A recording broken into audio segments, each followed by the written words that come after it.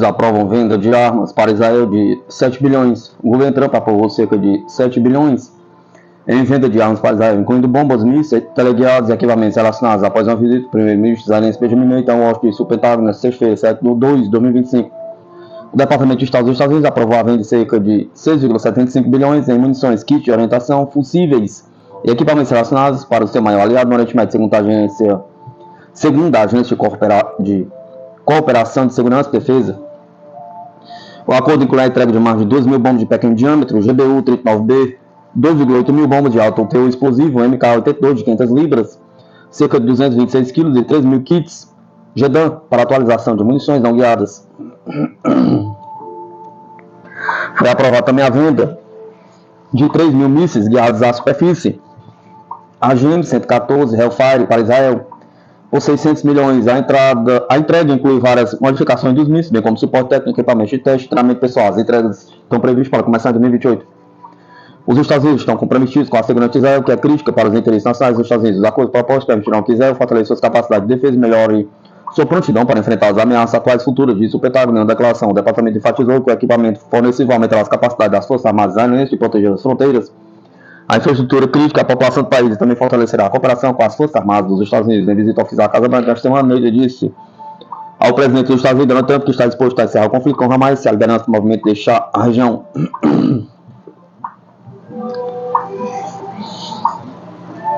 O primeiro-ministro também afirmou às autoridades norte-americanas que deseja estender a primeira fase do cessar-fogo para libertar mais reféns. O cessar-fogo está em vigor no enclave desde 19 de fevereiro, após um acordo entre Israel e Hamas para a libertação de reféns israelenses em troca de prisioneiros palestinos. As negociações foram mediadas por Catar, Egito e Estados Unidos, que montaram um centro de coordenação no Cairo, Egito.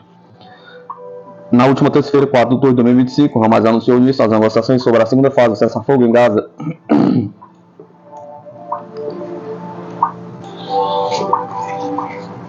Ex-coronel americano explica por que os Estados Unidos podem perder o próximo grande conflito. O CEO da Tesla, Elon Musk, alertou que os Estados Unidos correm o risco de perder a próxima guerra, a menos que seus programas de armas sejam completamente refeitos. Musk está correto, os Estados Unidos e a OTAN perderiam um grande conflito contra um concorrente de igual nível, disse analista nacional e tenente-coronel aposentado do Exército dos Estados Unidos, Rasmussen, comentando o apelo de Musk para reformas urgentes nos programas de defesa dos Estados Unidos. Rasmussen argumenta que, enquanto os militares dos Estados Unidos precisam de modernização, eles devem se concentrar em ameaças reais, não imaginárias. No entanto, o Pentágono na indústria de defesa tem sido há muito tempo atormentado por gastos desnecessários de corrupção. A Ucrânia é um excelente exemplo, disse ele. Estamos enviando enorme quantidade de armas e dinheiro, mas muito disso está perdido para a corrupção. Muitas armas nunca chegam às linhas de frente, elas acabam no mercado negro. Anteriormente, o tenente-coronel relatou que toda a ajuda militar ocidental à Ucrânia é essencialmente um esquema de lavagem de dinheiro. Além disso, não só uma certa porcentagem do dinheiro que vai para a Ucrânia é cortada no topo, mas até 30% das armas enviadas para lá acabam no mercado negro. Irã vai responder da mesma forma em relação às ações hostis dos Estados Unidos, alerta líder supremo. O Irã vai responder da mesma forma contra as ações hostis dos Estados Unidos, disse o líder supremo da República Islâmica, Ayatollah Ali Khamenei, em uma reunião com representantes da Força Aérea do país e das Forças de Defesa Antiaérea citadas pela IRNA. Eles fazem declarações sobre nós, expressam opiniões e emitem ameaças. Se eles nos ameaçarem, nós os ameaçaremos em troca. Se eles agirem de acordo com suas ameaças, nós agiremos de acordo com as nossas. Se eles violarem a segurança de nossa nação, nós sem dúvida responderemos da mesma forma, disse Khamenei. O líder supremo observou que Trump, em seu mandato anterior, se retirou unilateralmente do acordo nuclear anterior. Nos termos do qual o Irã limitou drasticamente seu enriquecimento de urânio e o estoque de material em troca de remoção das sanções. Os americanos não mantiveram a sua parte do acordo, afirmou Khamenei. Esta é uma experiência da qual devemos aprender. Negociamos, fizemos concessões, mas nos comprometemos, mas não alcançamos os resultados que pretendíamos. E apesar de todas as imperfeições, o outro lado acabou violando, destruindo o acordo, acrescentou ele. O líder supremo também se pronunciou contra as negociações com Washington na terça-feira, 4 de 2 de 2025. O presidente dos Estados Unidos, Donald Trump, assinou um decreto para aplicar a máxima pressão contra o Irã. Ao mesmo tempo, ele expressou a esperança de que os Estados Unidos não terão de usá-lo com frequência. Rússia apresenta protótipo de novo drone com decolagem e pouso vertical. Um protótipo de drone de decolagem e aterrissagem vertical com um vetor de impulso controlado que foi fabricado na Rússia. Disse Omar Gazanov, chefe do projeto da empresa desenvolvedora russa Azimuth. Gazanov especificou que as características desse drone inovador e como ele difere de outros tipos de veículos não tripulados, o dispositivo é um helicóptero coaxial com um vetor de impulso controlado, no qual estão instalados um motor e uma caixa de engrenagens. Isso o torna diferente dos quadricópteros que exigem 4 motores e 4 circuitos de controle, elaborou ele. Além disso, ele destacou que o novo drone não precisa de pista de pouso, pois pode decolar de praticamente qualquer lugar e pousar em qualquer lugar plano. Segundo o desenvolvedor, outra característica especial desse drone será poder simular o voo de um helicóptero, um foguete ou um avião. Isso exigirá um software diferente, será necessário treinar o controlador de voo para mudar para outros modos de voo. Se essa ideia for bem sucedida, a velocidade do drone poderá aumentar, sublinhou ele.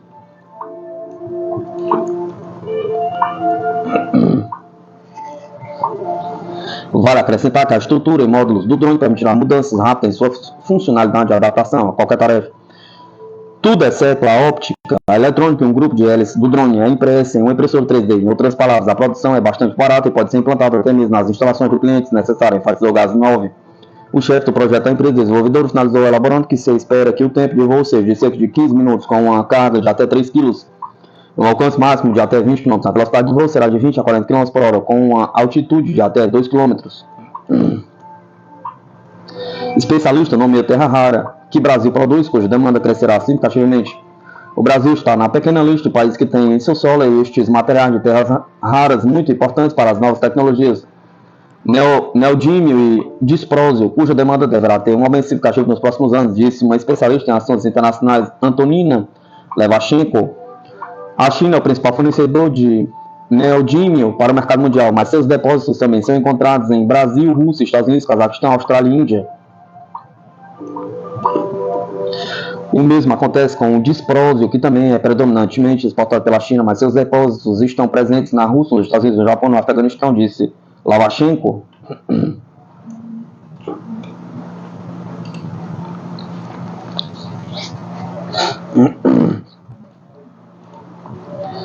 Os minerais de terras raras são comuns em novas tecnologias, portanto, espera-se que sua demanda cresça significativamente. Segundo ela, o mercado global de neodímio foi avaliado em 5,5 bilhões em 2024 e deve chegar a 9,6 bilhões até 2033. Ao mesmo tempo, o mercado global de disprósio crescerá a uma taxa anual de 5%, atingindo 1,1 bilhão em 2029, em comparação com os 905 milhões do ano passado. O neodímio existe potencialmente na Groenlândia, mas sua mineração exige a consideração da localização geográfica e dos possíveis problemas ambientais da ilha.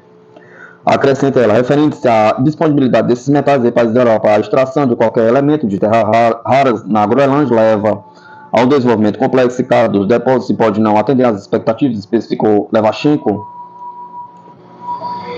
Assim, em 2023, de acordo com o Serviço Geológico dos Estados Unidos, não houve mineração de elementos de terras raras na Groenlândia, o que se deve à indignação social da população local que teme a poluição do ar devido aos trabalhos, concluiu a especialista.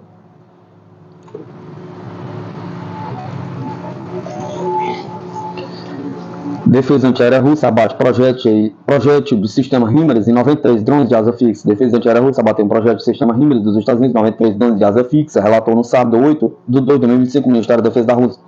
Na zona operacional do agrupamento russo, 13 incêndios foram eliminados, até 560 militares ucranianos, um tanque, veículos blindados de combate, inclusive veículo blindado de transporte pessoal M103 e um veículo blindado HMMWV fabricado nos Estados Unidos. Na direção de Kharkov, as unidades de agrupamento russo Sérvia e Norte atingiram o pessoal e o equipamento do inimigo. Ele perdeu até 30 combatentes, 2 veículos, 2 peças de artilharia, um depósito de munição. Por sua vez, o agrupamento russo Yung Sul assumiu linhas e posições mais favoráveis e os ucranianos perderam mais de 190 militares, um veículo blindado de transporte pessoal Spartan na fabricação britânica e 2 peças de artilharia de campanha, incluindo uma peça de artilharia propulsada Panzer Haubitz 2000 de 155 mm de fabricação alemã.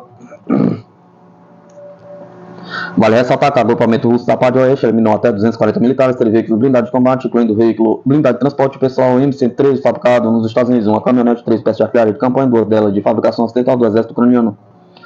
Nota-se que as Forças Armadas da Ucrânia perderam até 135 soldados e uma peça de artilharia propulsada Kaesa de fabricação francesa, com resultado das ações do agrupamento russo Vostok Leste. As unidades do agrupamento russo de Dnieper eliminaram até 50 militares ucranianos, destruíram veículos blindados de combate, incluindo o veículo blindado de transporte pessoal M103 fabricado nos Estados Unidos, 3 carros e uma estação de guerra eletrônica. No total, desde o início da operação militar especial, o exército russo destruiu 653 aviões.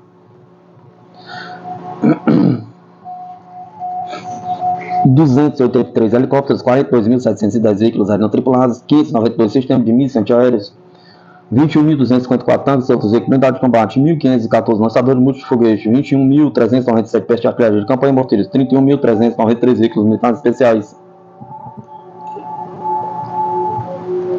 Países da União Europeia não são capazes de deslocar tropas e tanques rapidamente dentro do bloco de Smith.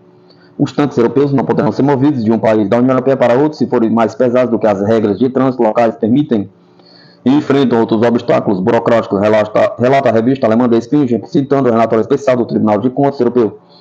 A revista destaca que os países da União Europeia, apesar dos bilhões de dólares em investimentos, não conseguem deslocar rapidamente um grande número de tropas e equipamentos pesados dentro da Europa. No relatório é referido que o plano de ação de mobilidade militar aprovado em novembro de 2022 fracassou. A Comissão da União Europeia não realizou uma avaliação completa da necessidade de financiamento antes de desenvolver, enfatiza The Spiegel, citando o relatório.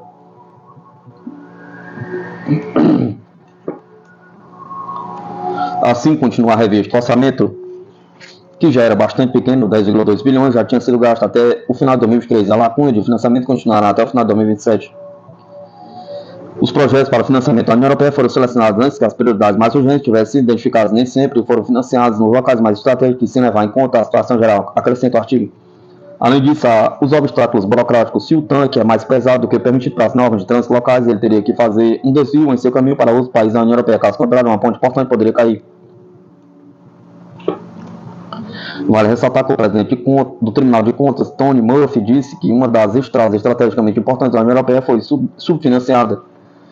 Ele relacionou os problemas ao fato de que a principal responsabilidade para a defesa nacional dos países da União Europeia e não de Bruxelas, não só para nós, mas também para os países membros. Foi difícil descobrir quem estava fazendo o que e com quem entrar em contato, explicou Murphy.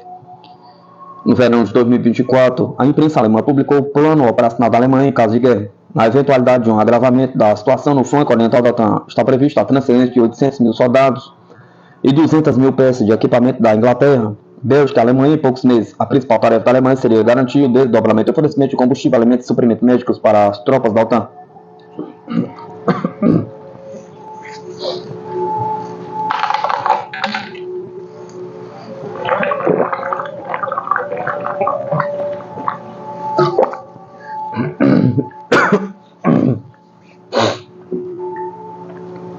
O tanque francês Leclerc tem um problema que não pode ser facilmente resolvido.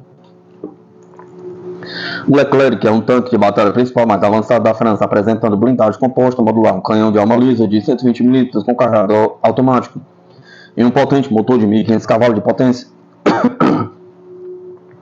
Desde que entrou em serviço em 1992, ele viu combate limitado, principalmente em operações de manutenção de paz e conflitos de pequena escala. Apesar de seu design de alta tecnologia e mobilidade superior, o Leclerc permanece amplamente não comprovado em guerras de larga escala, ao contrário de seus equivalentes da OTAN. O problema, a França continua modernizando a plataforma, mas ainda há dúvidas. O Leclerc algum dia participará de grandes combates? E se sim, como ele sairá contra ameaças modernas como drones e mísseis antitanque? Pergunta.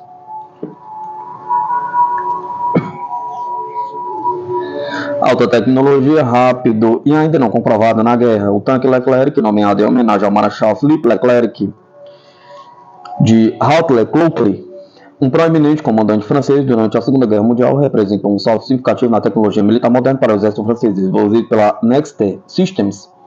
O Leclerc é um tanque de batalha principal de terceira geração que está em serviço desde 1992. Ele é conhecido por sua tecnologia avançada, poder de fogo superior e mobilidade excepcional, que o torna um dos tanques mais formidáveis da Europa.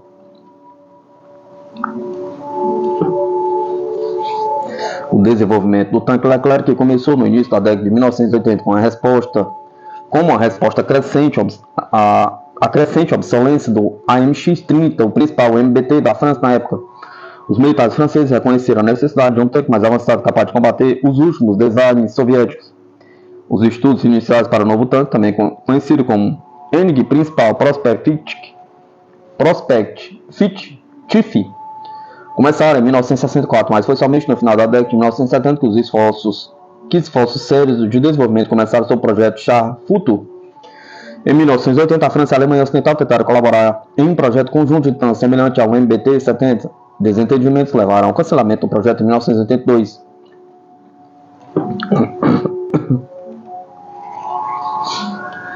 Consequentemente, a França procedeu de forma independente e, em 1989, os primeiros protótipos do Leclerc estavam prontos para testes. O tanque entrou em serviço com o exército francês em 1992, substituindo o AMX-30. O tanque Leclerc é projetado para oferecer um equilíbrio de poder de fogo, proteção e mobilidade. Ele representa um sistema de blindagem composto modular que pode ser adaptado para atender a requisitos específicos da missão. As versões mais recentes, como a série 21, incluem camadas de titânio semi-reativos para maior proteção.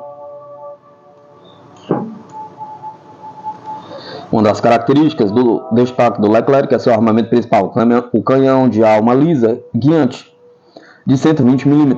Esta arma poderosa é capaz de disparar uma variedade de tipos de munição, incluindo munições APF SDS e munição HERT. A arma é equipada com um carregamento automático que permite uma alta taxa de tiro e reduz o tamanho da tripulação para 3.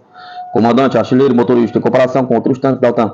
O Leclerc é equipado com um motor diesel V8X SACME de 8 cilindros, produzindo 1.500 cavalos de potência.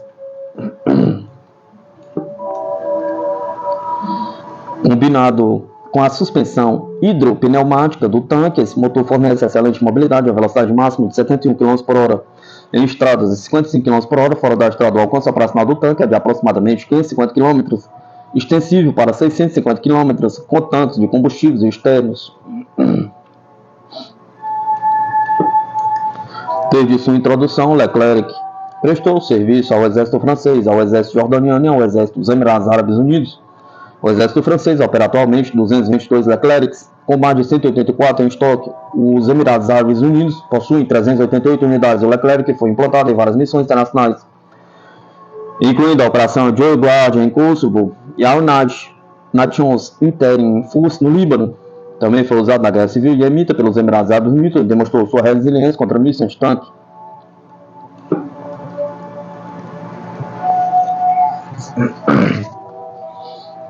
Até hoje, o Leclerc viu pouca ação de combate. Apesar de suas especificações impressionantes, o Leclerc continua sendo um MBT não comprovado. Embora tenha se saído em conflitos de pequena escala, ele ainda não viu combates em larga escala como a Ucrânia. A França iniciou um programa abrangente de modernização para garantir que o Leclerc permaneça competitivo no campo de batalha moderno. A atualização do Leclerc XLR, uma conclusão prevista para 2022, inclui melhorias na blindagem do tanque, sistema de controle de fogo e capacidade de comunicação. Além disso, protótipos do Leclerc Evolution e do EMBT ADT 140 MBTS de quarta geração foram apresentados no Eurosatory de 2004, mostrando a direção futura da guerra blindada francesa. O tanque Leclerc é um testamento da proeza da engenharia francesa, inovação e tecnologia militar. Sua combinação de blindagem avançada, armamento poderoso e mobilidade superior torna um recurso formidável no campo de batalha. No entanto, o Leclerc ainda precisa provar seu valor. Em 2023, o presidente francês Macron sugeriu a possibilidade de enviar Leclercs para a Ucrânia, mas ainda não foram feitas promessas concretas. Embora não tenha participado de combates intensos, continua sendo uma ferramenta vital do arsenal do exército francês.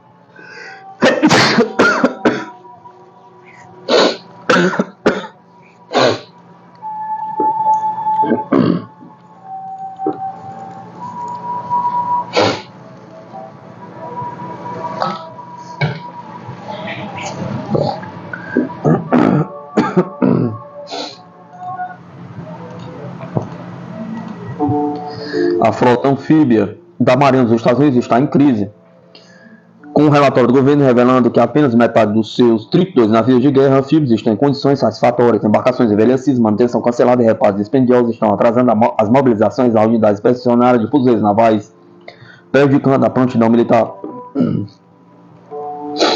Alguns navios foram negligenciados por anos, enquanto missões críticas no Pacífico e no Oriente Médio sofreram com a escassez. Enquanto os novos esforços de construção naval estão em andamento, atrasos e custos crescentes ameaçam capacidades futuras. Com o aumento dos conflitos globais, a Marinha e os fuzileiros navais devem abordar urgentemente esse desafio para manter a capacidade da América e projetar poder em todo o mundo. Metade dos navios anfíbios da Marinha dos Estados Unidos estão em más condições. Por que isso é importante? Durante anos, os líderes do corpo de fuzileiros navais têm pedido mais navios anfíbios para transportar fuzileiros navais e seus equipamentos de combate ao redor do mundo. Mas um relatório recente de supervisão do governo revelou quão ruins estão os navios anfíbios existentes da Marinha, e ele levantou grandes preocupações sobre os desafios para o corpo de fuzileiros navais no cumprimento de missões críticas de segurança nacional.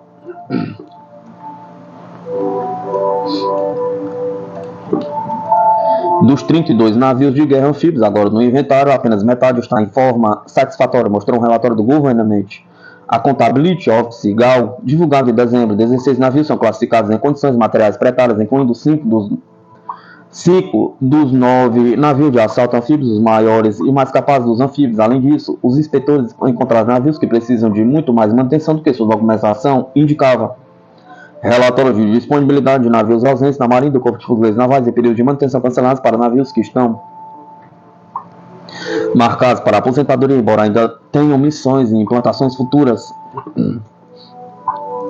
Tudo isso importa porque os navios anfíbios da Marinha são o que capacita a Força 911 da América, as unidades expedicionárias de fuzileiros navais que se reúnem e se mobilizam em qualquer lugar do mundo em poucas horas para missão de ajuda humanitária e socorro a desastre, como resposta a conflitos e situação. A 15ª Unidade Expedicionária de Fuzileiros Navais já estava mobilizada em 3 navios anfíbios, permanentemente contribuiu com as primeiras tropas terrestres regulares a entrar no Afeganistão após os ataques em setembro de 2001. Chegando por helicópteros dos convoys de voo dos navios dos fuzileiros navais chegaram ao solo em novembro de 2001 com equipamentos e armas prontos. Mesmo durante os períodos de manutenção intermediária mais curtos, que podem acontecer uma vez por trimestre se um navio não for destacado. Há um cronograma de ativação rápida. Os navios devem ser capazes de partir e entrar em combate em 96 horas. Se a Marinha precisar deles. No entanto, quando visitamos um navio de desembarque Uzi Germantal, em outubro de 2023, as autoridades nos disseram que o navio não poderia ser acionado em 96 horas devido à grande quantidade de manutenção em seu período de manutenção intermediária em andamento. Descobriram os investigadores, isso correspondia à nossa observação na condição do navio, tanto naquele momento. Os investigadores também foram informados de que o navio deveria passar por uma disponibilidade de manutenção supercontínua um termo sem uma definição oficial da Marinha que indique quanto trabalho o Germantal precisava. Acontece que o Germantal pode ter tido sorte de estar entrando em manutenção. O relatório revelou que a decisão da Marinha de cancelar todos os principais períodos de manutenção para os 10 navios de desembarque do serviço, que havia planejado em 2022 para aposentar antes do fim de sua vida útil planejado, o Congresso bloqueou esse plano de desinvestimentos mais tarde naquele ano, piorando a confusão.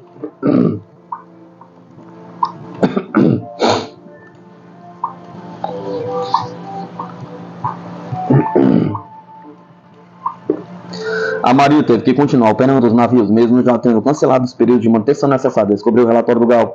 Como resultado, esses navios caíram em ainda mais abandono, que agravou a quantidade de trabalho que a Marinha precisava concluir em futuros períodos de manutenção. Em 2023, de acordo com o relatório, a Marinha descobriu que 7 dos 13 incidentes determinados a afetar a prontidão da frota estavam conectados a problemas no motor diesel, devido à manutenção que não ocorreu. É um problema autoalimentado também. O uso forte McHenry, que foi desativado em 2021, era mal conservado e acumulava um backlog de manutenção de cerca de 146 milhões, o que contribuiu para a decisão da Marinha de aposentar o navio 6 anos antes. Outro navio, o Uso Tortuga, permanece no inventário ativo da Marinha, mas não é mobilizado desde 2013, segundo o relatório, apesar de 5 períodos diferentes de manutenção e modernização desde então. 9 dos 10 navios agora são classificados como em más condições materiais. A terceira categoria de anfíbios, as docas de transporte anfíbio, estão na melhor forma, com 11 de 13 em condições satisfatórias, mas embora a Marinha tenha dito ao GAO que planeja restaurar a manutenção de navios no caminho do desinvestimento, o relatório diz que sua política não reflete isso. O futuro da frota anfíbia, com navios mais antigos indo para a naftalina, continua em questão.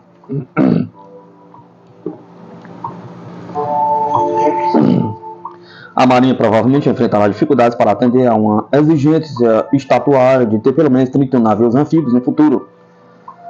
Dada a idade de muitos navios e outros fatores, a Marinha está considerando estender a vida útil de alguns navios para atender a exigência de 31 navios, afirmou o relatório. No entanto, esses esforços exigirão até 1 bilhão por navio.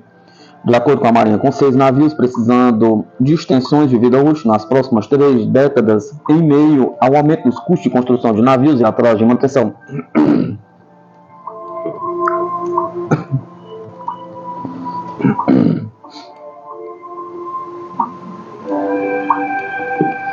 Enquanto isso, os impactos no mundo real estão se tornando evidentes. 2 unidades implantadas em unidades expedicionárias de fuzileiros navais de 3 navios enfrentaram problemas operacionais devido à manutenção do ano passado, mostrou o relatório. O Boxer A RG, liderado pelo navio de assalto anfíbio Boxer, foi forçada a atrasar a implantação de 10 meses porque todos os 3 navios encontraram atraso na manutenção. O próprio Boxer teve problemas com o leme, teve que retornar ao porto em seu trânsito para se juntar ao grupo. Durante o tempo em que o Boxer não estava disponível, o corpo de fuzileiros navais não conseguiu mobilizar a 15ª Unidade Expedicionária de Fuzileiros Navais, não tinha as capacidades fornecidas pelas aeronaves do de caça F-35, afirma o relatório.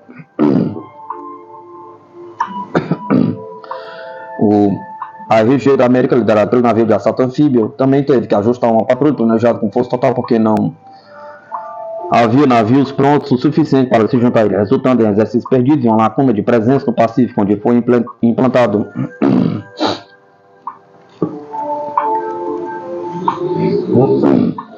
Enquanto isso, o mundo está ficando mais quente. Em dezembro, a 26ª frota implantada a bordo do Bataan ARG retornou de uma implantação de 8 meses na Europa e no Oriente Médio, onde trabalhou para impedir que os iranianos apreendessem navios mercantes ao redor do Estreito de Hormuz, ajudar para incêndios florestais no sul da Europa e responder para garantir o acesso seguro ao transporte comercial no Bab al-Mandeb, no Mar Vermelho, depois que o Hamas atacou Israel em 7 de outubro de 2023.